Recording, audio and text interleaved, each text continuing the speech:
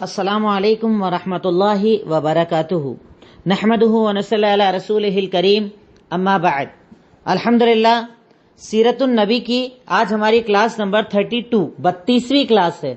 اللہ رب العالمین آپ کی ہماری اس محنتوں کو قبول فرمائے اور آپ کے ہمارے اس جمع ہونے کو بھی قبول فرمائے۔ آج کا ہمارا ٹاپک رہے گا حضرت ابو بکر صدیق کے حج سے حجۃ الوداع تک۔ حضرت ابو بکر صدیق کے حج سے حجۃ الوداع تک آج پورا یہ جو پوائنٹ رہیں گے انشاءاللہ کور کریں گے ہم۔ اللہ تعالیٰ قبول فرمائے انشاءاللہ اور ہمیں توفیق دے پورے بات مکمل کرنے کی۔ تو جیسا کل میں نے آپ کے سامنے ذکر کیا غزوہ تبوک کا، غزوہ تبوک کی میں نے آپ کو ڈیٹیلز بتائیں۔ اس غزوے کے اندر اللہ کے نبی صلی اللہ علیہ وسلم کس انداز میں نکلے تھے وہ آپ کو بتایا۔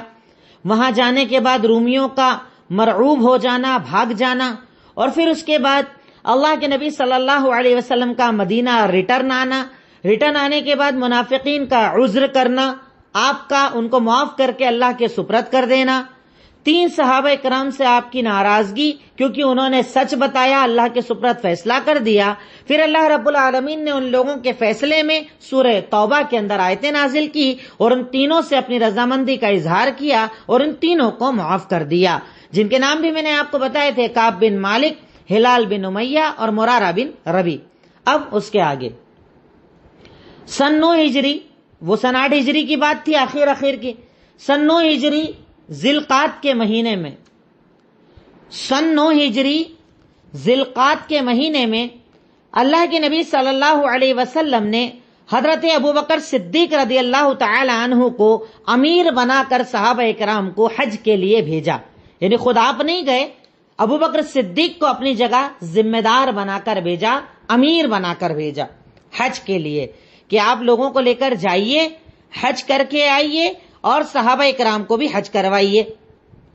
اب حضرت ابو بکر صدیق رضی اللہ تعالی عنہ ذی القعدہ کے مہینے میں سن 9 ہجری کے اندر حج کے لیے نکلتے ہیں، لوگوں کو لے کر جاتے ہیں تو راستے میں اللہ کے نبی صلی اللہ علیہ وسلم حضرت علی بن ابی طالب رضی اللہ تعالی عنہ کو کچھ احکامات لے کر بھیجتے ہیں، کچھ نئی باتیں جو رہ گئی تھی ابو بکر صدیق کو بتانا، وہ باتیں لے کر آپ حضرت علی بن ابی طالب رضی اللہ تعالی عنہ کو بھیجتے ہیں کہ آپ جائیے اور ابو بکر صدیق کو یہ والی باتیں بھی بتا دیجئے، کیونکہ حج کا معاملہ ہے، دنیا بھر کے لوگ اس کے اندر آئیں گے، ان کو دین کی باتیں بتانا ہے، کچھ احکامات بتانا ہے، تو آپ جائیے اور یہ بھی انہیں بتا دیجئے۔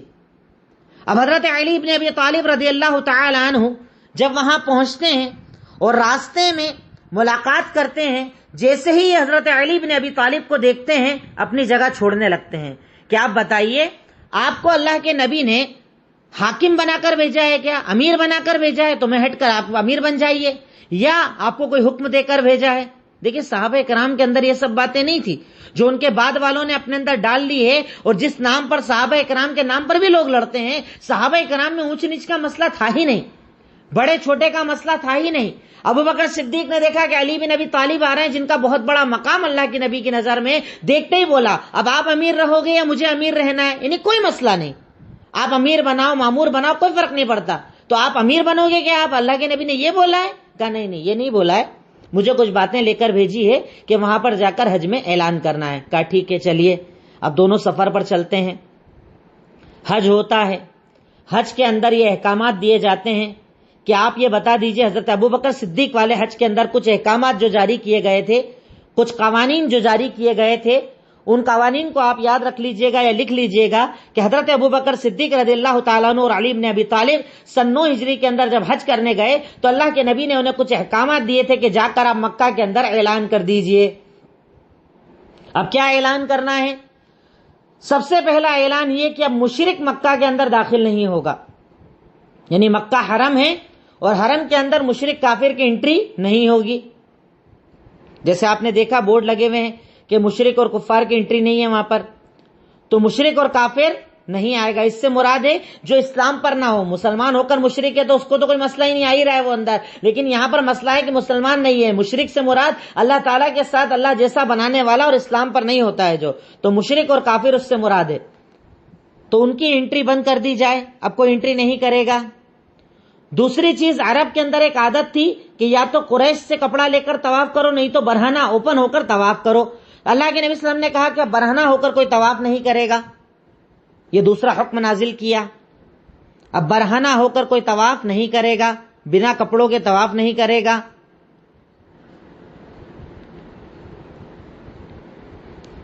تیسرا اعلان یہ کہ جزیرہ عرب سے اب شرک کا خاتمہ ہو گیا، اب بت پرستی یہاں نہیں کی جائے گی۔ جیسے جتنے بت تھے، قبیلوں کے بت تھے، سارے توڑوا دیے آپ نے اس سے پہلے، تو آپ نے اعلان کروا دیا اب عرب کے اندر، پورے جزیرہ عرب کے اندر بت پرستی نہیں ہوگی۔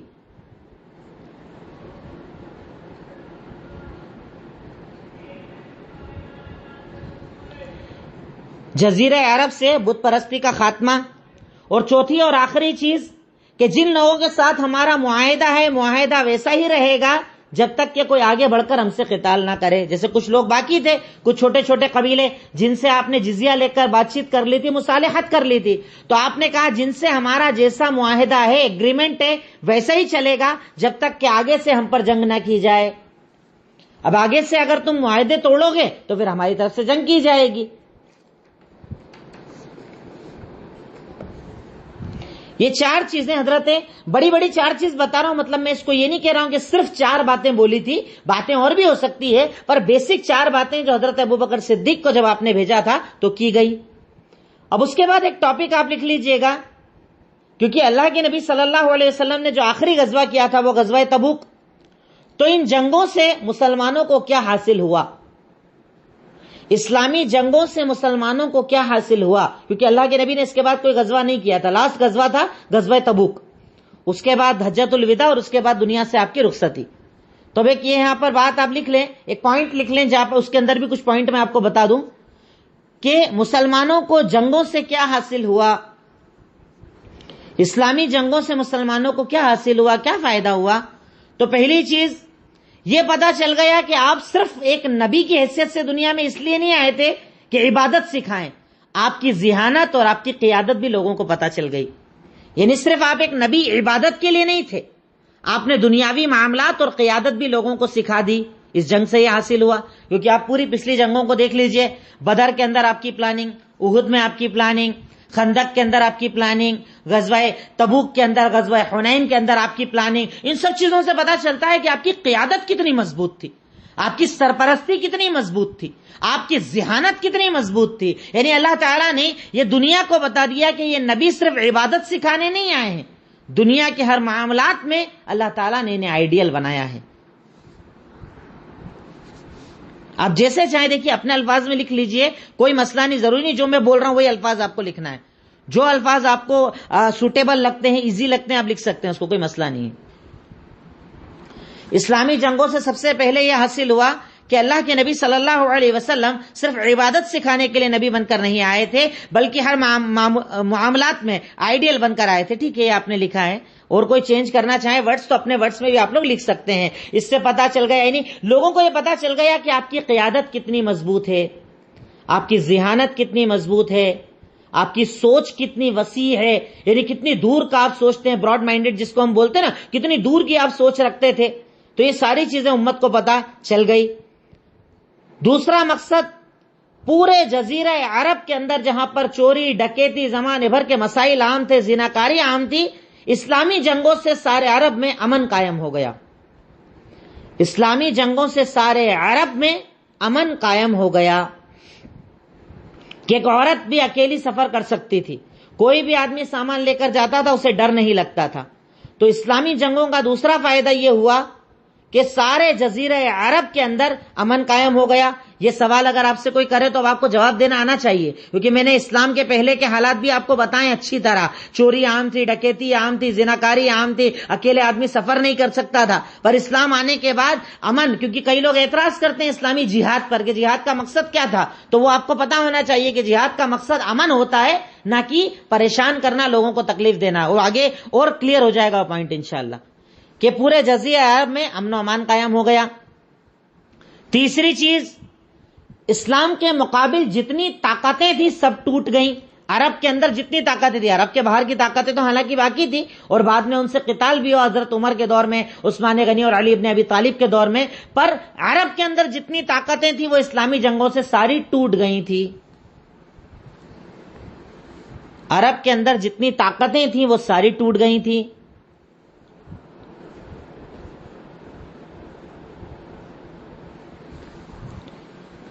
چوتھی چیز، ان جنگوں سے کئی جرنیل صحابہ کرام پیدا ہوئے، یعنی ان لوگوں کی صلاحیت باہر نکل کر آئی. اللہ کے نبی کو دیکھ دیکھ کر وہ لوگ زبردست طریقہ سیکھ گئے کہ جنگ کیسے کی جاتی ہے.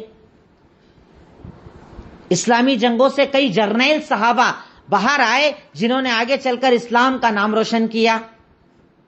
ان میں چاہیں تو مثال میں آپ لکھ سکتے ہیں عمر ابن خطاب، خالد ابن ولید، عمرو ابن العاص، ابو عبیدہ بن جراح، جو آپ کو نام اچھے لگے آپ لکھ سکتے ہیں. چوتھا پوائنٹ میں ریپیٹ کر رہا ہوں، فاسٹ بولتا ہوں پر ریپیٹ کر دیتا ہوں تاکہ آپ لکھ سکیں. چوتھا پوائنٹ، اسلامی جنگوں سے کئی جرنیل صحابہ کرام پیدا ہوئے یا ان کو لوگوں یا دنیا نے جانا، جیسے عمر ابن خطاب، خالد ابن ولید، عمرو ابن العاص، ابو عبیدہ بن جراح. یہ وہ جرنیل ہیں کہ جنہوں نے اسلام کے قلعے فتح کیے اور آگے چل کر مسلمانوں کا نام روشن کیا.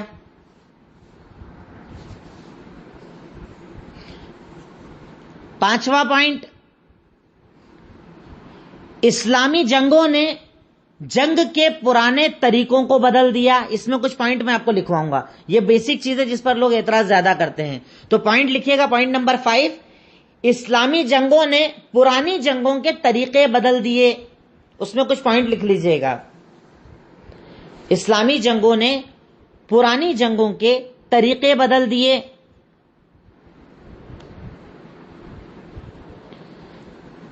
اب کیونکہ پرانی جنگوں میں کیا ہوتا تھا، اگر جنگ ہوئی تو مقصد ہوتا تھا صرف سامنے والے کو قتل کرنا، پوری نسلوں کو ختم کر دینا، لوٹنا، مال لوٹنا، عزتیں لوٹنا، گھروں کو گرا دینا، گھروں میں آگ لگا دینا، عبادت گاہوں کو توڑ دینا. پہلے جتنی بھی جنگیں ہوتی تھی ان کا مقصد یہی ہوتا تھا، قتل عام مچانا، مال لوٹنا، عزت لوٹنا، گھروں کو آگ لگانا، عبادت گاہوں کو توڑنا. یعنی پرانی جنگوں میں صرف ظلم ہی ظلم تھا. اور آج بھی آپ دیکھ سکتے ہیں، آج بھی کوئی ملک جب کسی ملک کے اوپر کسی نام پر، جھوٹے ناموں پر، آج تو ہمارے ہاں جھوٹے ناموں پر جنگیں ہوتی ہے، کہیں ISIS کے نام پر جنگیں کی جا رہی ہے، کہیں القاعدہ کے نام پر خود پیدا کرتے ہیں اور اس کے بعد ملکوں کو تباہ کر کے رکھ دیتے ہیں. جب حملے کیے جاتے ہیں اسکولوں کو نہیں چھوڑتے، مسجدوں کو نہیں چھوڑتے، بچوں کو نہیں چھوڑتے، کیونکہ ان جنگوں کا مقصد ہی صرف ظلم ہوتا ہے. پر اسلام کی جنگوں کا مقصد ظلم نہیں تھا. اسلام نے جنگوں کے پرانے طریقوں کو بدل کر رکھ دیا. پرانے وہ طریقے جس میں قتل عام تھا، مال لوٹنا، عزتیں لوٹنا، گھروں کو جلانا، عبادت گاہوں کو جلانا تھا، اسلام نے جنگوں کا طریقہ بدل دیا. مسلمانوں کو قتل عام سے روکا. کہا جو لڑنے آئے صرف اسے ہی مارو. یعنی آپ چاہیں تو اس کو ایسے بھی لکھ سکتے ہیں پوائنٹ نمبر 5 کے اندر کہ اسلامی جنگ کے اصول کیا تھے. یہ پوائنٹ نمبر 5 ہی چلے گا نا، نیا پوائنٹ نہیں بنانا ہے. اسلامی جنگوں نے جنگ کے پرانے طریقوں کو بدل دیا. اب پرانے طریقے شارٹ میں آپ کے سامنے آ چکے ہیں، میں بول چکا ہوں. اس میں ایک پوائنٹ آپ یہ بنا سکتے ہیں کہ اسلامی جنگوں کے اصول کیا تھے. تو اس میں آپ لکھ سکتے ہیں جو لڑائی کرے صرف اسی کو مارو. جو آپ سے جنگ کرے سامنے تلوار اٹھا کر صرف اسی کو مارو. عورتوں کو نہ مارو،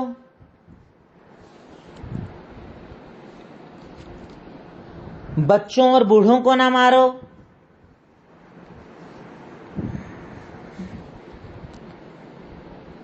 بچوں بوڑھوں کو نہ مارو، جو گھر میں چھپ جائے اسے مت مارو،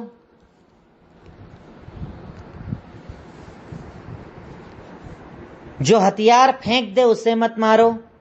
جو گھر میں چھپ جائے اسے مت مارو، جو ہتھیار پھینک دے اسے مت مارو. گھروں اور عبادت گاہوں کو مت توڑو، کسی کی بھی عبادت گاہ، گھروں اور عبادت گاہوں کو مت توڑو. رات میں اچانک حملہ مت کرو. دیکھو آپ جتنی بھی جنگیں گزری ہے یہ سب آپ کو پوائنٹ ریویژن ہے آپ کا کہ آپ کو یاد آ جانا چاہیے. یہ سب میں بتا چکا ہوں چیزیں آپ کو. رات میں اچانک حملہ مت کرو،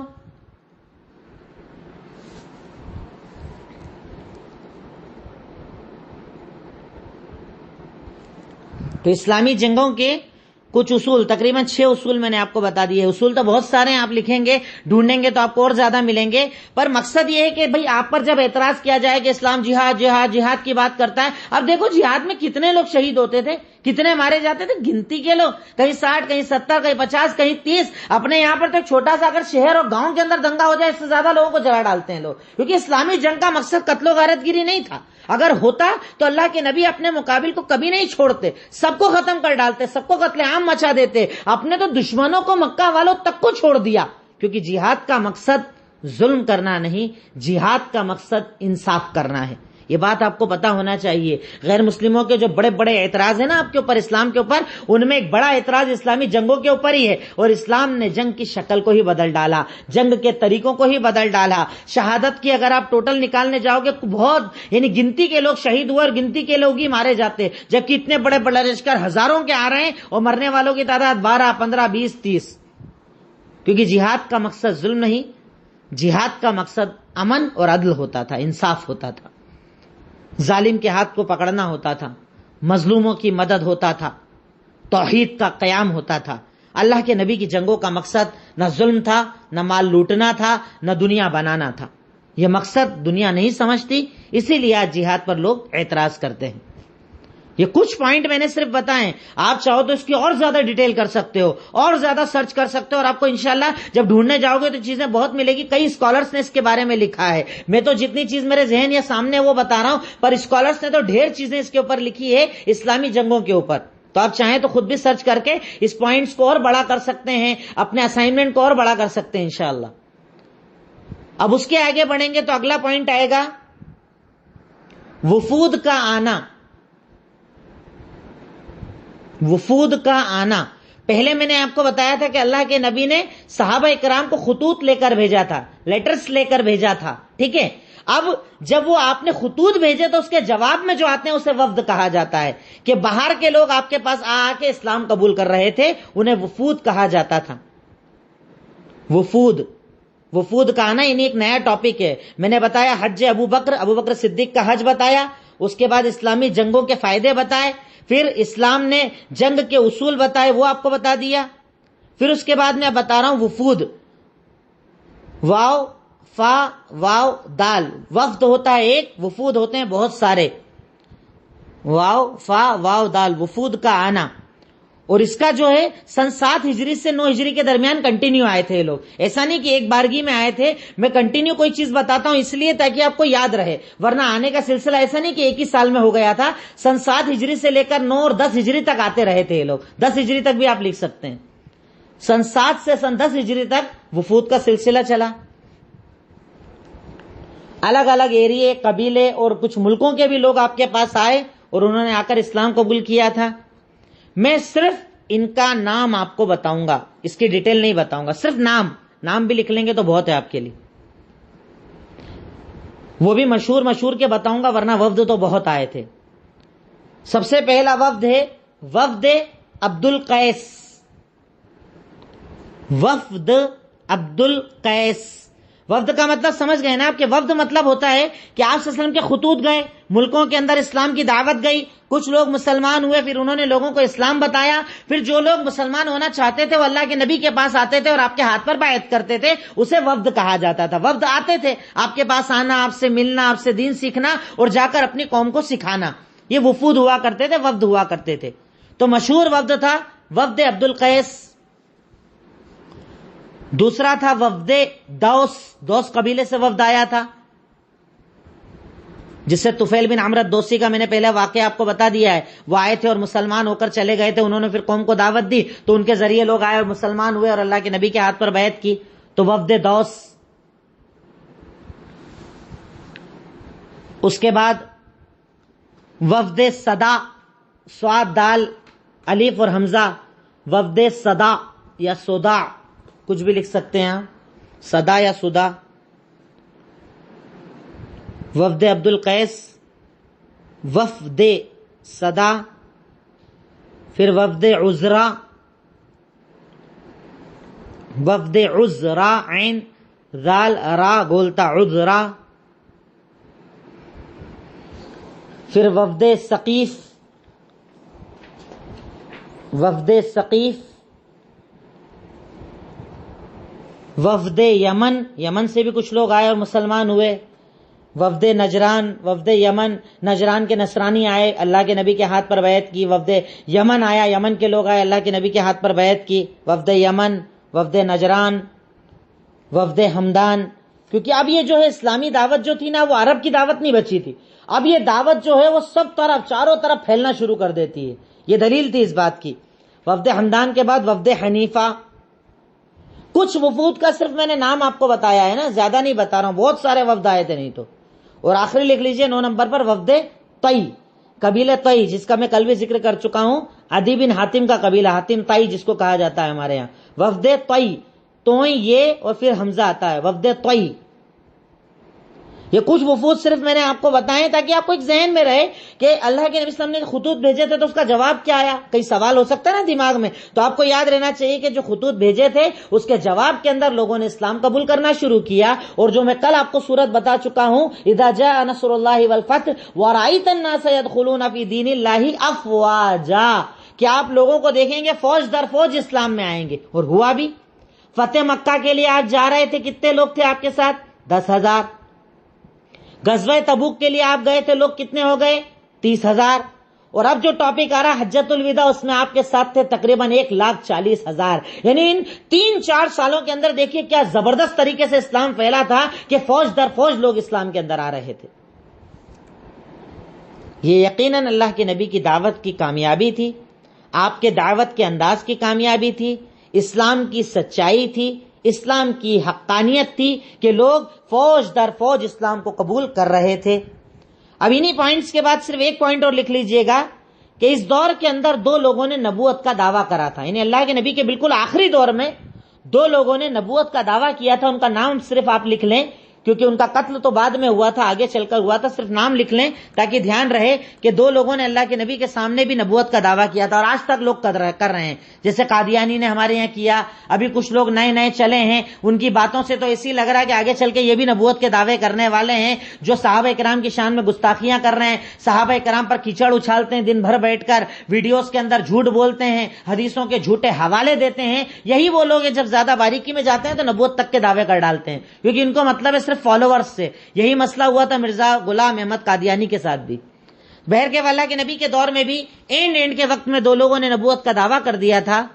ایک کا نام تھا مسیلمہ کذاب اور ایک کا اسود عنسی. مسیلمہ کذاب اور اسود عنسی، عین نون سین گولیا. ان 2 لوگوں نے دعویٰ کیا تھا اور انہیں قتل بھی کیا گیا تھا ان دونوں کو، پر وہ آگے کے دور میں تھا. اب اس کے بعد ہمارا آج کا لاسٹ ٹاپک رہے گا حجۃ الوداع. کیونکہ پہلے جو میں نے ٹاپک بتایا نا بہت شارٹ ٹاپک ہیں سارے. یہ حضرت ابوبکر صدیق کا حج، کیونکہ اس میں کوئی زیادہ ڈیٹیل نہیں تھی. اسلامی جنگوں کے مقصد یا فائدے میں نے آپ کو بتا دیے. اسلامی جنگوں کے اصول میں نے آپ کو بتا دیے. کچھ وفود کا آپ کو تذکرہ کر دیا جو آپ کے پاس آئے تھے، اسلام قبول کیا، بیعت لے کر گئے تھے. 2 جھوٹے نبوت کے دعوے دار، ان کا تذکرہ کر چکا. اور اس پوائنٹ میں آپ ہمیشہ یاد رکھیے گا کہ کسی کے صرف اچھے ہونے پر اس کی طرف مت کھنچ جایا کرو. یہ دیکھا کرو بات صحیح بول رہا ہے کہ غلط بول رہا ہے. اگر آپ دیکھو کہ اس کی باتیں جھوٹ ہیں، اس کی باتوں کا لوگ اگینسٹ بھی کر رہے ہیں، پتہ بھی چل رہا ہے، تو تھوڑا سوچنا سمجھنا بھی چاہیے. ورنہ ہمارے یہاں کیا ہوتا ہے، لوگ عقیدت میں اتنے اندھے ہو جاتے ہیں کہ اس کے بعد اس کے خلاف غلط سننا ہی نہیں چاہتے. اب وہ غلط بولے تو بھی لے لیں گے، جھوٹ بولے تو بھی لے لیں گے، غلط آیتیں پڑھے تو بھی لے لیں گے، غلط حوالے دے تو بھی لے لیں گے. اسی لیے اللہ تعالیٰ نے مسلمان پر لازم کیا ہے کہ آپ کو اگر اطاعت کرنی ہے تو صرف 2 ہیں ایسے جن کی اطاعت ہے، وہ ہے اللہ اور اس کے رسول، یعنی قرآن اور حدیث. اس کے علاوہ کوئی معصومانہ خطا نہیں ہے. میں اور مجھ جیسے نہ جانے کتنے کروڑوں لاکھوں سب غلطی کے پتلے، سب سے غلطیاں ہوتی ہے. غلطی میری ہو یا کسی کی بھی ہو، ٹوکا جائے گا، پکڑا جائے گا. غلطی کسی کی نہیں لی جائے گی اسلام کے اندر. اب موقع آتا ہے حجۃ الوداع سن 10 ہجری. حجۃ الوداع ہوا تھا سن 10 ہجری کے اندر. حجۃ الوداع سن 10 ہجری. اب جب اللہ رب العالمین نے آپ کو اشارہ یہ دیا کہ اذا جاء نصر اللہ والفتح وَرَأَيْتَ النَّاسَ يَدْخُلُونَ فِي دِينِ اللَّهِ أَفْوَاجًا فَسَبِّحْ بِحَمْدِ رَبِّكَ وَاسْتَغْفِرْ إِنَّهُ كَانَ تَوَّابًا. یہ اشارہ تھا اللہ کے نبی کو جو آپ کے علاوہ کوئی اور سمجھ نہ پایا تھا کہ اللہ نے کہا جب آپ دیکھو کہ فتح مکہ ہو جائے، جب آپ دیکھو لوگ فوج در فوج اسلام میں آ جائیں تو آپ کیا کرو؟ فسبح بحمد ربک واستغفر، آپ اپنے رب کی تسبیح بیان کرو، توبہ کرو، کیونکہ اللہ تعالیٰ بہت معاف کرنے والا ہے. تو یہ اشارہ تھا کہ اب آپ کی دنیا سے رخصتی کا وقت قریب ہے. اللہ کے نبی صلی اللہ علیہ وسلم اس کی بھی آپ تیاری کیجئے. اب چونکہ اللہ کے نبی صلی اللہ علیہ وسلم اپنے مکے اور مدنی دور کے اندر توحید سکھا چکے جو اسلام کی پہلی بنیاد ہے، نماز سکھا چکے، روزہ سکھا چکے اور زکوٰۃ سکھا چکے. بھئی اسلام کی بنیاد 5 چیزوں پر ہے. توحید سکھا دیا آپ نے، نماز سکھا دی، روزے کے احکامات سکھا دیے، زکوٰۃ بتا دی، بیت المال کا سسٹم قائم کر دیا، عمال جو میں نے آپ کو کل بتایا عاملوں کو بھیج دیا، کون صدقہ لینے جائے گا، زکوٰۃ کیسے وصول کی جائے گی، سارے احکامات بتا دیے.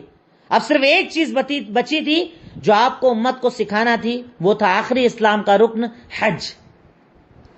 سن 10 ہجری کے اندر اللہ کے نبی صلی اللہ علیہ وسلم حج کا ارادہ کرتے ہیں. اس حج کو حجۃ الوداع کہا جاتا ہے. حجۃ الوداع مطلب آخری حج.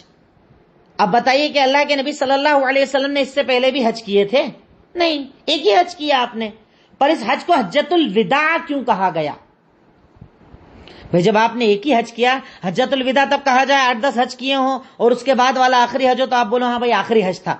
اب اللہ کے نبی صلی اللہ علیہ وسلم نے جب حج کا ارادہ کیا، اس حج کو لوگوں نے کہا حجۃ الوداع بعد میں. تو کیوں کہا؟ کیونکہ اس کے بعد آپ دنیا سے رخصت ہو گئے تھے. اس حج کے بعد آپ دنیا سے رخصت ہو گئے تھے، اس لیے اس حج کو حجۃ الوداع کہا گیا.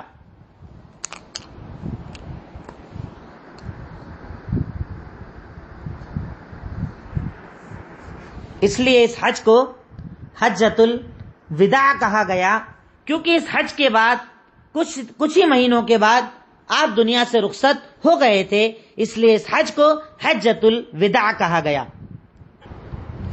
حجۃ الوداع. اللہ کے نبی صلی اللہ علیہ وسلم 25 ذی القعدہ کو مدینہ سے حج کی غرض سے مکہ کی طرف نکلتے ہیں. 25 ذی القعدہ کو، اور 4 ذی الحج کو آپ مکہ پہنچے تھے، یعنی تقریباً 8 دن آپ کو لگے تھے. 25 ذی القعدہ کو نکلے اور 4 ذی الحج کو آپ مکہ پہنچے تھے. 10 ہجری 25 ذی القعدہ سن 10 ہجری.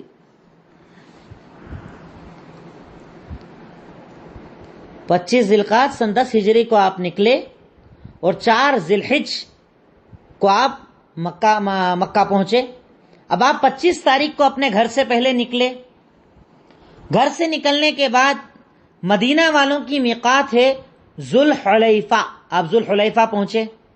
ایک جگہ ہے، اب تو وہاں پر مسجد بن چکی ہے اور بہت بڑے انتظامات ہو چکے ہیں. مدینہ سے جو بھی لوگ عمرہ کرنا چاہتے ہیں ان کو وہیں جانا پڑتا ہے. اب اللہ کے نبی صلی اللہ علیہ وسلم 25 تاریخ 25 ذی القعدہ کو اپنے گھر سے نکلے. پہلے ذوالحلیفہ گئے. ذوالحلیفہ جو مدینہ والوں کی میقات ہے وہاں پر آپ گئے. گھر سے آپ غسل کر چکے تھے پر یہاں پر آپ پہنچے.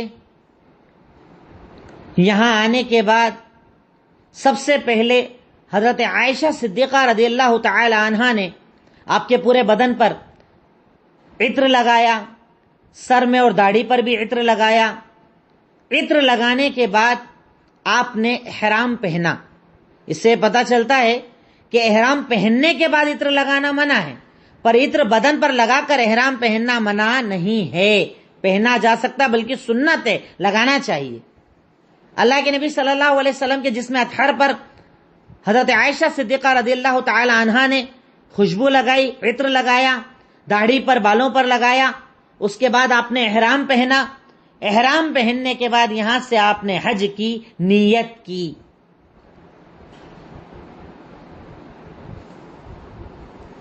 آپ نے حج قران کی نیت کی تھی.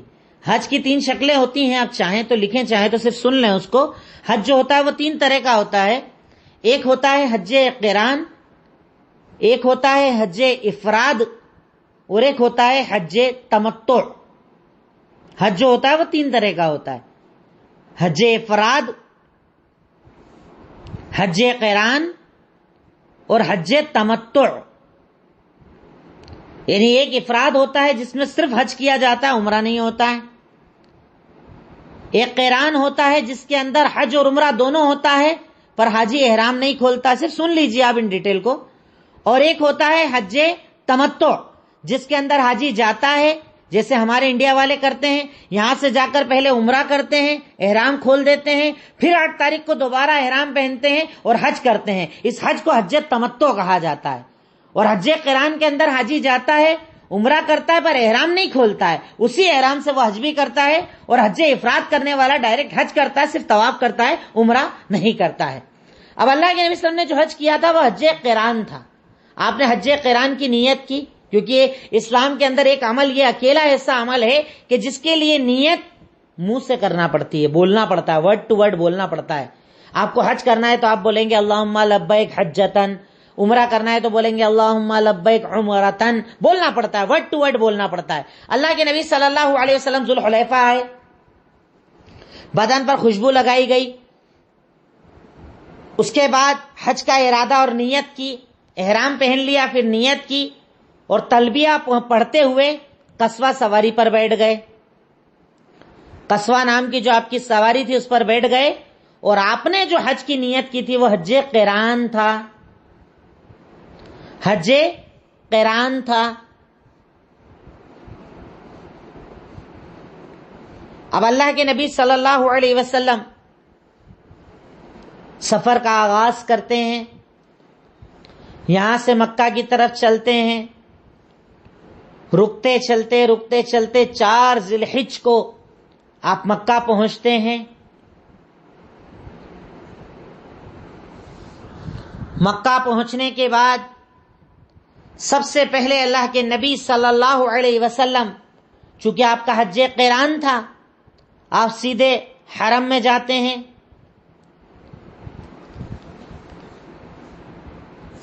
طواف کرتے ہیں, پھر سعی کرتے ہیں, اور اس ذریعے سے آپ کا عمرہ مکمل ہو گیا. کیونکہ پہلے عمرہ پھر حج, حج قران تھا آپ کا. قران مطلب ہوتا ہے جوائنٹ کرنا, جوڑنا, جوائن کرنا, کسی چیز کو ملا دینا. تو اس میں ملا کر کرتے ہیں, مطلب احرام نہیں کھلتا اس لیے. پر آپ نے کہا تھا کہ اگر اگلے سال بھی میں حج کر پایا تو میں حج تمتع کروں گا. اس ٹائم آپ نے قران کیا تھا اور کہا اگر اگلے سال بھی کیا تو تمتع کروں گا, یعنی پہلے عمرہ کر کے احرام کھولوں گا, پھر حج کا الگ سے باندھوں گا. پر آپ نے چونکہ اس کے بعد آپ دنیا سے رخصت ہو گئے تھے تو آپ نے حج قران کیا تھا. اب اللہ کے نبی صلی اللہ علیہ وسلم نے طواف کیا, سعی کی, زمزم پیا, اس کے بعد وہیں رکے رہے 3-4 دن تک. 4 دن وہیں قیام, اسی حالت میں احرام میں. 8 تاریخ 8 ذی الحجہ کو اللہ کے نبی صلی اللہ علیہ وسلم منا گئے. یہ وہی طریقہ ہے جو حج کا طریقہ ہوتا ہے. پورا جو حج ہم لوگ آج جیسے کرتے ہیں نا, سیم وہی طریقہ, پر میں بتا رہا ہوں چونکہ اللہ کے نبی کا حج بتایا جا رہا ہے. کیونکہ اللہ کے نبی صلی اللہ علیہ وسلم نے پورے حج کے اندر ایک جملہ بار بار ریپیٹ کرتے رہے تھے, خذوا عنی مناسککم, خذوا عنی مناسککم, آؤ مجھ سے حج کا طریقہ سیکھ لو, آؤ مجھ سے حج کا طریقہ سیکھ لو. کیونکہ ہر چیز آپ نے دیکھ کر عمل کر کے سکھائی تھی کہ بھئی نماز کے لیے آپ نے کہا صلو کما رأیتمونی اصلی, نماز ویسے پڑھو جیسے مجھے پڑھتے دیکھا ہے. تو آپ نے حج کے لیے بھی کہا خذوا عنی مناسککم, مجھ سے طریقہ لے لو, مجھ سے حج سیکھ لو. لعلی لا القاکم بعد عامی ھذا, ہو سکتا ہے اگلے سال میں تم سے ملاقات نہ کر پاؤں. آپ نے اشارہ بھی دے دیا تھا, ہو سکتا ہے میں اگلے سال تم سے ملاقات نہ کر پاؤں, تو ابھی مجھ سے سیکھ لو, ابھی مجھ سے جان لو, اور اپنا پورا حج کا طریقہ مجھ سے سیکھ لو. اب 8 ذی الحجہ سے حاجی کا حج شروع ہوتا ہے, عام حالت کے اندر بھی. 8 تاریخ کو آپ مینا گئے.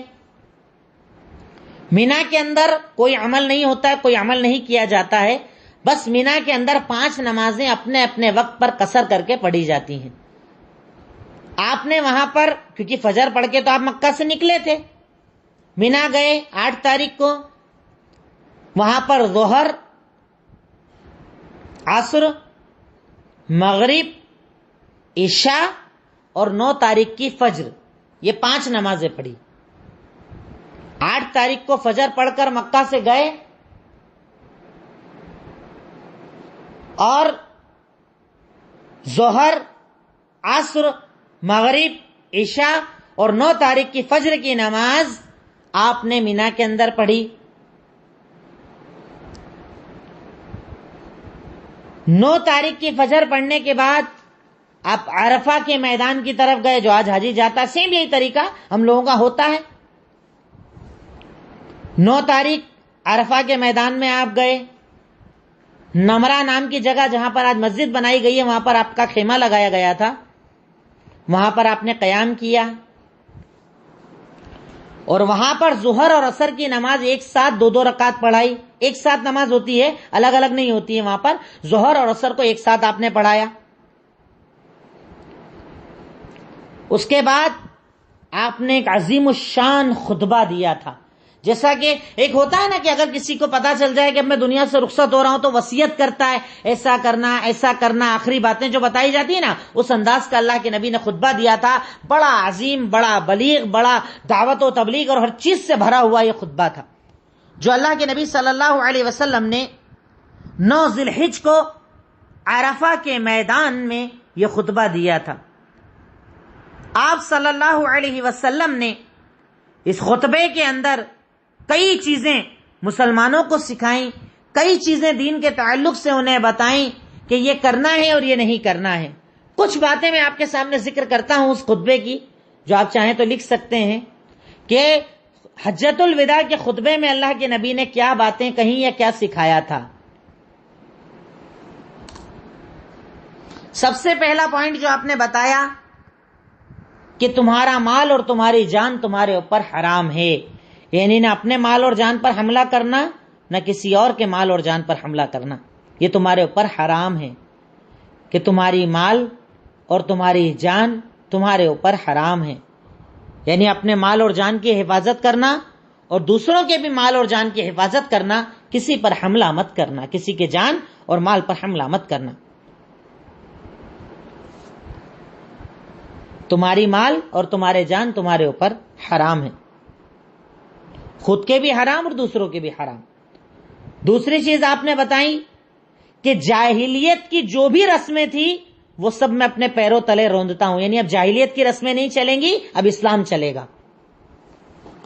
آپ نے کہا کہ میں جاہلیت کی رسموں کو اپنے قدموں کے نیچے روندتا ہوں، اب رسمیں نہیں، اسلام چلے گا۔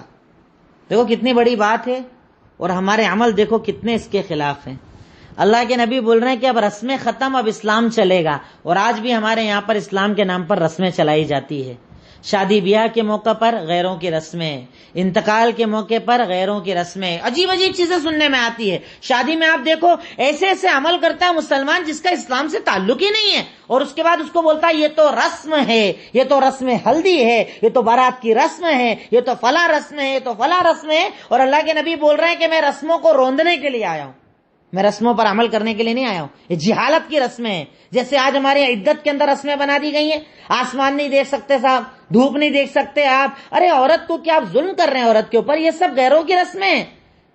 وہ سماج کہ جس کا اسلام سے کوئی تعلق نہیں، ان لوگوں کی رسمیں ہیں۔ شریعت نے کہا عدت کے اندر اگر عورت شوہر کا انتقال ہو گیا، گھر میں رہے گی 4 مہینے 10 دن، نکاح نہیں کر سکتی، نکاح کا پیغام نہیں دیا جا سکتا، بناؤ سنگار نہیں کر سکتی، پر کیا جینا چھوڑ دے؟ گھر میں رہے، اپنے کام کرے، آئے جائے، چھت پر ضرورت پڑ جائے جا سکتی ہے، کوئی آسمان کے نیچے نہیں جانا، آئینہ نہیں دیکھنا، نہ جانے کتنی رسمیں لوگوں نے بنا دی جن رسموں کا اسلام سے تعلق نہیں ہے۔ اللہ کے نبی نے کہا میں رسموں کو اپنے قدموں کے نیچے روندتا ہوں، اور آج مسلمان رسموں کے اندر اتنا بندھ گیا ہے کہ رسموں سے باہر نہیں نکلنا چاہتا۔ رسمیں بنا لی صاحب، ہم اس خاندان کے باہر شادی نہیں کریں گے، ہماری فلاں برادری ہے وہ اتنی اونچی برادری ہے کہ ہم دوسری برادری میں شادی نہیں کریں گے، ہم تو خان ہیں، ہم تو پٹھان ہیں، ہم تو شیخ ہیں، ہم تو مغل ہیں، اپنے آپ کو بانٹ لیا ناموں میں، اور ان رسموں کے اندر ایسے پھنس گئے کہ اب باہر نہیں کریں گے، مشرک کو دے دیں گے پر باہر رشتہ نہیں کریں گے۔ یہ جہالت ہے، اور اللہ کے نبی نے حجۃ الوداع کے موقع پر کہا کہ میں جہالت کو اپنے قدموں کے نیچے روندنے کے لیے آیا ہوں، اسلام رسموں کے لیے نہیں آیا ہے۔ تیسری چیز کہی، ہر طرح کے سود کو اسلام میں نے حرام قرار دے دیا ہے، کوئی سود نہیں چلے گا، یہاں تک کہ میرے خاندان کا بھی پرانا کسی پر کوئی سود کا پیسہ باقی ہو وہ سب ختم، کوئی سود نہیں چلے گا، کیونکہ پہلے سود چلا کرتا تھا۔ عباس بن عبد المطلب کا ہی آپ نے نام ذکر کیا، ان کا بھی سود چلا کرتا تھا۔ آپ نے کہا کہ ٹوٹل میں نے سود کو حرام کر دیا، ہر طرح کا سود حرام۔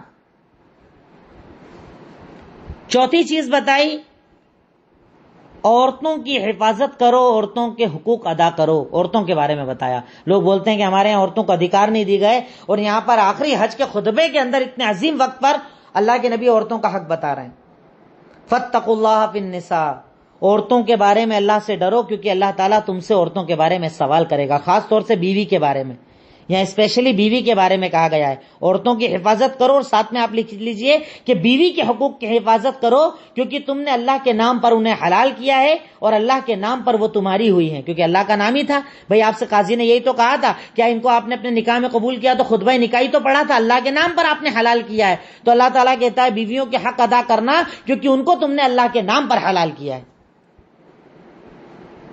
یہاں تک ارشاد فرمایا کہ انہیں مارنا مت، انہیں پیٹنا مت، ان پر ظلم مت کرنا، کھانے کا حق تمہارا ہے، کپڑے کا حق تمہارا ہے، شادی کے بعد سارے حق مرد کے ہیں، عورت کے نہیں۔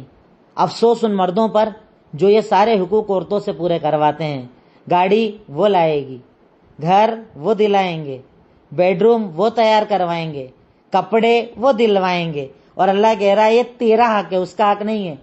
اور جب ویسا لے کر آتے ہیں پھر یہ سب مسئلے آتے ہیں اپنے گھروں کے اندر کہ جب آپ عورت کو شادی کے ٹائم پر ہی مرد بنا دو گے کہ سارے وہ حق جو مرد کے تھے وہ عورت پورے کر رہی ہے، آپ کی گاڑی، آپ کا پیسہ، آپ کا سارا سامان تو وہ لے کر آ رہی ہے، تو پھر اگر وہ چلائے تو تھوڑا چلانے بھی دینا چاہیے۔ بھئی جب آپ نے اس کو جینٹس کا حق دے دیا ہے، اتنا بڑا ادھیکار دے دیا ہے کہ مرد والے کام اب عورت پورے کر رہی ہے، تو تھوڑا اس کو مرد بننے کا اختیار بھی دیجیے، پھر کہ وہ آپ کے گھر میں بولنے کا حق رکھے، فیصلوں کا حق رکھے، ہر چیز اس کی سنی جائے، کیونکہ وہ یقیناً اپنے کھانے پینے، کپڑے، بنگلے سب کا انتظام وہ خود کر کے آئی ہے، تو آپ کو بولنے کا حق نہیں، پھر اس کو حق ہو جاتا ہے بولنے کا۔ اللہ تعالیٰ اللہ کے نبی صلی اللہ علیہ وسلم نے جو بنیادی چوتھی چیز سکھائی عورتوں کے تعلق سے، خاص طور پر بیوی کے تعلق سے، اس پر میں نے ایک الگ سے ٹاپک پر بیان بھی کیا ہے، اسلام میں بیوی کے حقوق کیا ہیں، کیونکہ مسلمانوں کے اندر عام طور پر یہ تو بہت بتایا جاتا ہے کہ مرد کا حق کیا ہے عورت کے اوپر، اگر بلائے روٹی چھوڑ کر آ جاؤ، تندور چھوڑ کر آ جاؤ، یہ کر کے آ جاؤ، سجدے کا حکم ہوتا تو عورت کا ہوتا تھا، کیا عورت کو کوئی ادھیکار نہیں دیے؟ یقیناً دیے، مرد کی بھی ذمہ داریاں ہیں، کھانا کھلانا، پانی پلانا، ہنس کے بولنا، گھر کے کاموں میں سپورٹ کرنا، نہ جانے کتنے حق شریعت مطہرہ نے عورت کے بھی رکھے ہیں۔ آپ چاہیں تو ایک بار تقریر سن لیجئے گا، اس کے اندر بہت ساری چیزیں میں نے ذکر کی ہیں دلیلوں کے ساتھ۔ پانچویں چیز بتائی، عورت کی ذمہ داری بھی ہے کہ مرد کے مال اور عزت کی حفاظت کرے۔ عورت کی بھی یہ ذمہ داری ہے کہ وہ مرد کے مال اور اس کے گھر، بچوں کی اور اپنی عزت کی حفاظت کرے، یعنی ایسا نہیں ایک طرفہ حق ہے، ادھر بھی حق ہے۔ یوٹیوب پر میں بتا رہا ہوں نا، پوری تقریر ہے میری اسی چینل کے اوپر، میرے چینل کے اوپر، چاہے تو آپ وہ دیکھ سکتے ہیں ایک مرتبہ۔ پانچویں چیز بتائی اس کے بعد، مرد کا گھر، اس کا پیسہ، یعنی سب چیزوں کی حفاظت عورت کی ذمہ داری ہے، یہ پانچویں چیز بتائی کہ یعنی عورت کی تم حفاظت کرو، عورت تمہاری حفاظت کرے۔ چھٹی چیز، میں تمہارے درمیان دو چیزیں چھوڑ کر جا رہا ہوں، جب تک انہیں پکڑے رہو گے گمراہ نہیں ہوگے، کتاب اور سنت۔ میں تمہارے درمیان دو چیزیں چھوڑ کر جا رہا ہوں، جب تک انہیں پکڑے رہو گے گمراہ نہیں ہوگے، کتاب اور سنت۔ ویڈیو ہے اسلام میں بیوی کے حقوق کے نام سے ہے۔ میں تمہارے درمیان دو چیزیں چھوڑ کر جا رہا ہوں، کتاب اللہ اور سنت رسول اللہ، یعنی اس کو اللہ کے نبی نے بنیاد بتا دیا، یہی بنیاد ہے ہر جھگڑے کی، ہر مسئلے کی، ہر تکلیف کی، حلال کی، حرام کی، اسلام کی ٹوٹل بنیاد ہے قرآن اور سنت۔ ان پر رہو گے تو گمراہی سے بچو گے، اور ان میں دماغ چلاؤ گے، باریکی نکالو گے، عقل لگاؤ گے، برباد ہو جاؤ گے، گمراہ ہو جاؤ گے۔ ساتویں چیز بتائی، میرے بعد اب کوئی نبی آنے والا نہیں ہے، اللہ کی عبادت کرو اور میری پیروی کرو. یعنی لاسٹ آپ کے پہلے بہت انبیاء آئے اور ہر نبی کے بعد نبی آئے، پر اب میرے بعد کوئی نبی آنے والا نہیں، اس لیے اللہ کی اطاعت کرو اور میری پیروی کرو، میری بھی اطاعت کرو. جو آپ نے بتا دیا اب وہ قیامت تک کے لیے دین ہے، آپ کے بعد کوئی دین آنے والا نہیں ہے.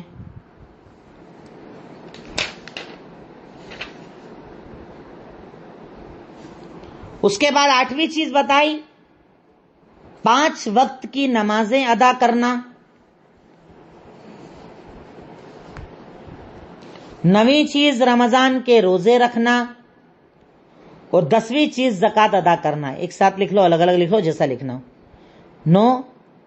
8 نمبر پر 5 وقت کی نمازیں ادا کرنا، 9 نمبر پر رمضان کے روزے رکھنا، اور 10 نمبر پر زکوٰۃ ادا کرنا. اور 11 نمبر پر اگر اللہ نے طاقت دی ہو تو حج کرنے جانا. اگر اللہ نے طاقت دی ہو تو حج کرنے کے لیے جانا. اور 11ویں نمبر پر زکوٰۃ ادا کرنا ہو گیا. اس کے 11ویں نمبر پر حج کرنے جانا، اور 12ویں نمبر پر اپنے امیر کی اطاعت کرنا تو جنت میں داخل ہو جاؤ گے. امیر کی اطاعت کرو گے تو جنت میں داخل ہو جاؤ گے. دیکھیے آپ انہیں چھوٹی چھوٹے جملے اور کتنی بڑی بڑی باتیں سکھا رہے ہیں اللہ کے نبی. اسے کہا جاتا ہے تقریر. پوائنٹ ٹو پوائنٹ بات، پوائنٹ ٹو پوائنٹ بتا رہے ہیں بالکل باتیں. Point number 1، point number 2، 3، 4، 5، 6. اب ہمارے یہاں ہوتا ہے ہم لوگ جب بولنا شروع کرتے ہیں، ہم سب کی پریشانی بولنے والوں کی، خود میری پریشانی ہے، جب بولتے تو پتہ نہیں کہاں کہاں بہ جاتے ہیں. یعنی چالو ہوئے تھے کسی ٹاپک پر، اینڈ ہوتا ہے کسی ٹاپک پر، بعد میں سمجھ میں آتا تو اپن کہیں اور چلے اور کہیں اور پہنچ گئے، بڑھ جاتے ہیں. اللہ کے نبی صلی اللہ علیہ وسلم کی تقریریں آپ دیکھیے گا بالکل پوائنٹ ٹو پوائنٹ چلتی تھی. اسٹارٹنگ سے لے کر اینڈ تک پوائنٹ ٹو پوائنٹ بات کرتے تھے. آپ یہ کرنا 1، 2، 3، 4، 5، یہ نہیں کرنا، ایسا ایسا ایسا پوائنٹ ٹو پوائنٹ بات کیا کرتے تھے. اور وہی انداز ہر اسپیکر کا، بولنے والے کا ہونا چاہیے. اس کے بعد آپ نے ایک اور چیز بتائی 13ویں نمبر پر، میرے بعد کفر کے اندر مت چلے جانا، مطلب غیروں کی پیروی مت کرنا. میرے بعد کفر میں مت لوٹ جانا، یعنی غیروں کی پیروی مت کرنا. جو آپ نے کہا تھا نا کہ تم میں سے کچھ لوگ یہود و نصارہ کی پیروی کریں گے، سیم ان جیسی زندگی گزاریں گے. آپ نے اس سے بھی ڈرا دیا تھا. پوائنٹ نمبر 13 کہ تم میرے بعد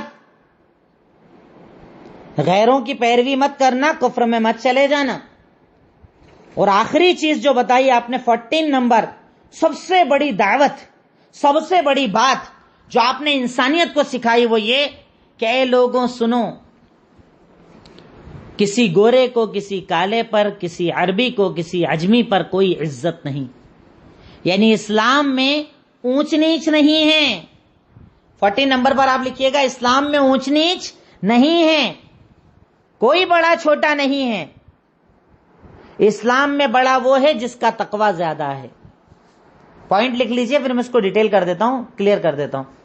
اسلام میں کوئی اونچ نیچ نہیں ہے، کوئی بڑا چھوٹا نہیں ہے. اسلام میں بڑا وہ ہے جو زیادہ تقوی والا ہو. اب اس کے اندر جو آپ نے جملے ارشاد فرمائے تھے وہ صرف سن لیجئے گا. آپ نے ارشاد فرمایا الا لا فضل لعربی علی اعجمی ولا لاعجمی علی عربی الا بالتقوی الا کلکم من آدم وآدم من تراب. اے لوگو سنو، کسی گورے کو کسی کالے پر، کسی عربی کو کسی عجمی پر کوئی فضیلت نہیں. اسلام میں بنیاد ہے تقوی. جو زیادہ متقی ہے اللہ اسے زیادہ پسند کرتا ہے. کیونکہ اے لوگو سنو، تم سب کے سب آدم سے پیدا ہوئے اور آدم خود مٹی سے پیدا ہوئے. اب دیکھیے اسلام کے علاوہ جگہوں پر کیسا طبقاتی نظام تھا. یہ عبادت کر سکتا ہے، یہ نہیں کر سکتا، یہ مندر آ سکتا ہے، یہ نہیں آ سکتا، یہ بڑا، یہ چھوٹا، یہ چھوت یا چھوت. اسلام نے بول دیا سب ایک برابر، بادشاہ، وزیر، غلام سب میں ایک ساتھ کھڑے رہیں گے، کوئی اونچ نیچ نہیں اسلام کے اندر. اب اگر کوئی اسلام کے نام پر اونچ نیچ کرتا ہے، میرا خاندان بڑا تیرا خاندان چھوٹا، ہم ان میں نہیں کرتے ان میں نہیں کرتے، مطلب وہ اسلام کے خلاف بات کر رہا ہے، اللہ کے نبی کے حج کے خطبے کے خلاف بات کر رہا ہے. اسلام میں کوئی اونچ نیچ نہیں. اگر لڑکی کے لیے دیندار رشتہ ہے کر دو، لڑکے کے لیے دیندار لڑکی کا رشتہ ہے کر دو. یہ مت دیکھو وہ کون سے خاندان کا ہے، کیونکہ اسلام نے کہا ہے تم سب مٹی سے بنے ہو اور آدم بھی مٹی سے بنے.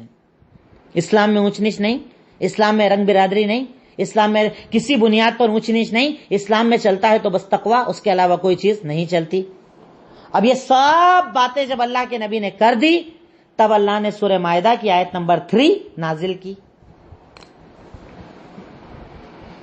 سورہ معاہدہ کی آیت نمبر 3 اللہ رب العالمین نے اسی موقع پر نازل کی، الیوم اکملت لکم دینکم واتممت علیکم نعمتی ورضیت لکم الاسلام دینا، کہ آج کے دن میں نے تم پر تمہارے دین کو مکمل کر دیا، میں نے اپنی نعمتوں کو تمام کر دیا، اور میں نے تمہارے لیے اسلام کو دین کے اعتبار سے قبول کر لیا۔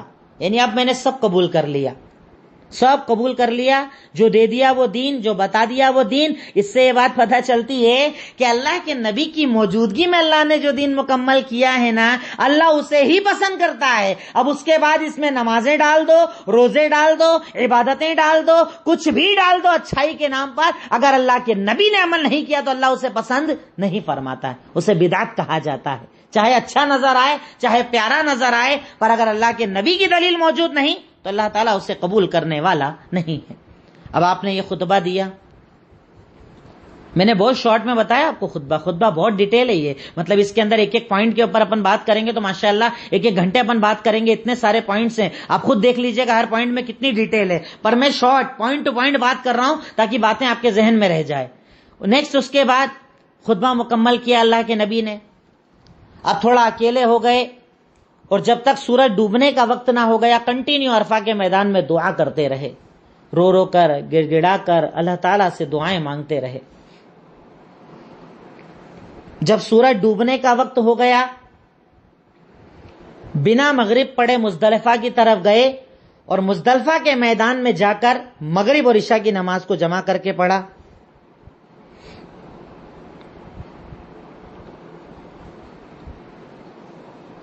دعائیں کرنے کے بعد عرفہ کے میدان سے نکلے، مزدلفہ گئے، اور مزدلفہ کے اندر مغرب عشاء کی نماز کو پڑھا، اور وہاں پر رات کا قیام کیا۔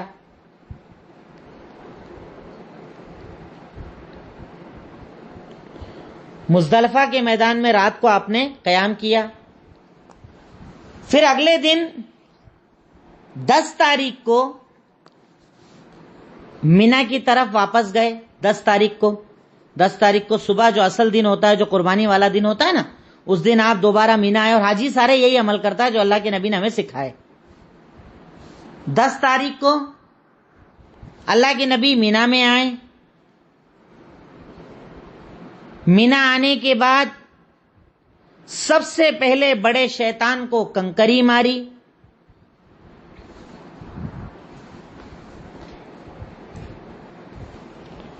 بڑے شیطان کو کنکری ماری۔ مارنے کے بعد اب ذبح کرتا ہے، حاجی بھی یہی کرتا ہے، جو بکرے وغیرہ لے جاتے ہیں وہ ذبح کرتے ہیں، بڑے جانور والے بڑے جانور ذبح کرتے ہیں۔ اب اللہ کے نبی صلی اللہ علیہ وسلم اپنے مذبح کی طرف گئے، ذبح کرنے کی جگہ کی طرف گئے، اور آپ نے اپنے ہاتھ سے 63 اونٹ ذبح کیے تھے، 63 اونٹوں کو اپنے ہاتھ سے ذبح کیا تھا۔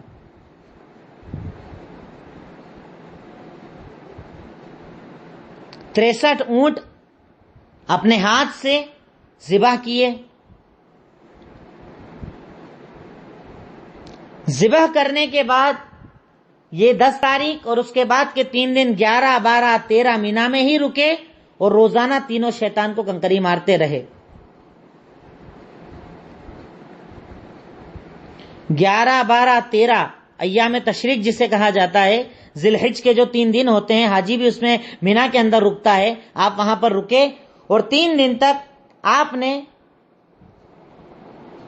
شیطان جو تینوں جو شیطان کا جگہ جو بنی ہوئی ہے وہاں پر کنکریاں ماری، اور اس طریقے سے اللہ کے نبی صلی اللہ علیہ وسلم کا حج مکمل ہوا۔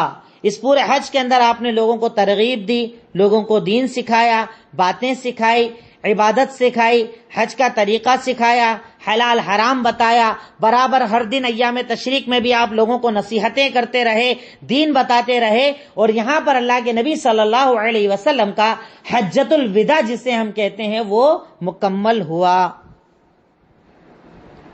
کیونکہ 10 تاریخ کو آپ نے احرام کھولا، احرام کھولنے کے بعد عفواً معافی چاہوں گا میں طواف بتانا بھول گیا، 10 تاریخ کو آپ نے پہلے قربانی کے جانوروں کو ذبح کیا اور اس کے بعد آپ مکہ گئے تھے طواف کرنے کے لیے، جو حجی بھی کرتا ہے طواف افاضہ، طواف کرنے کے لیے گئے، طواف کرنے کے بعد آپ نے احرام کھول دیا تھا، پھر 11 12 13 کو آپ مینا میں رک کر اور کنکریاں مارا کرتے تھے۔ جو ہم لوگ کرتے ہیں وہی طریقہ ہوتا ہے سیم حج کا، وہی طریقے پر آپ نے اس پورے مکمل حج کو کیا اور حج کے بعد ہمیں پورا طریقہ سکھایا۔ اس ذریعے سے اللہ کے نبی صلی اللہ علیہ وسلم کا یہ حجۃ الوداع کا معاملہ مکمل ہوا۔ اب کل کا آپ کا ٹاپک رہے گا اللہ کے نبی کا آخری ہفتہ، آپ کی دنیا سے رخصتی کا آخری ہفتہ، اس کا میں ذکر آپ کے سامنے کروں گا۔ اللہ تعالی ہمیں تمام کو کہنے سے زیادہ پہنچانے کی، سننے سے زیادہ سمجھنے کی، دماغ میں رکھنے کی، دل میں رکھنے کی اور پہنچانے کی توفیق عطا فرمائے، آمین۔ تقبل یا رب العالمین۔